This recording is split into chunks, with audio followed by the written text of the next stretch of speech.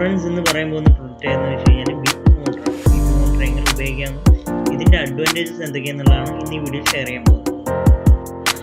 ഡോക്ടറെ കാണുമ്പോഴും അതുപോലെ തന്നെ ലാബിലൊക്കെ പോകുമ്പോഴായിരിക്കും നമ്മളിൽ മിക്കവരും ബി പി ഒക്കെ നോക്കാറുള്ളത് അല്ലേ. എന്നാൽ ഇനി ഇങ്ങോട്ടും പോകേണ്ട ആവശ്യമില്ല, നിങ്ങൾക്ക് വീട്ടിൽ നിന്നുകൊണ്ട് തന്നെ ബി പി ചെക്ക് ചെയ്യാവുന്നതാണ്.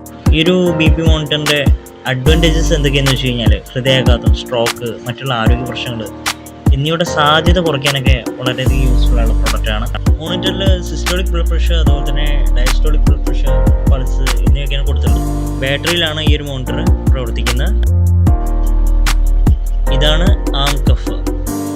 ഈ ഒരു ആം കഫാണ് നമ്മൾ ലെഫ്റ്റ് ഹാൻഡിൽ ടൈറ്റ് ആക്കിയിട്ട് ഇടുക. ഇതിൽ എയർ ട്യൂബും കൊടുത്തിട്ടുണ്ട്. ഈ ഒരു എയർ ട്യൂബാണ് മോണിറ്ററിൽ കണക്ട് ചെയ്യാനായിട്ട് യൂസ് ചെയ്യുന്നത്.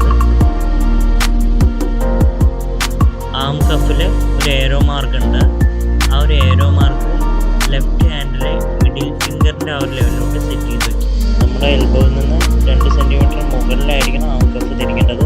കയ്യിന് ബലമൊന്നും കൊടുക്കാണ്ട് ഫ്രീ ആയിട്ടിടുക. ശേഷം സ്റ്റാർട്ട് ഒന്ന്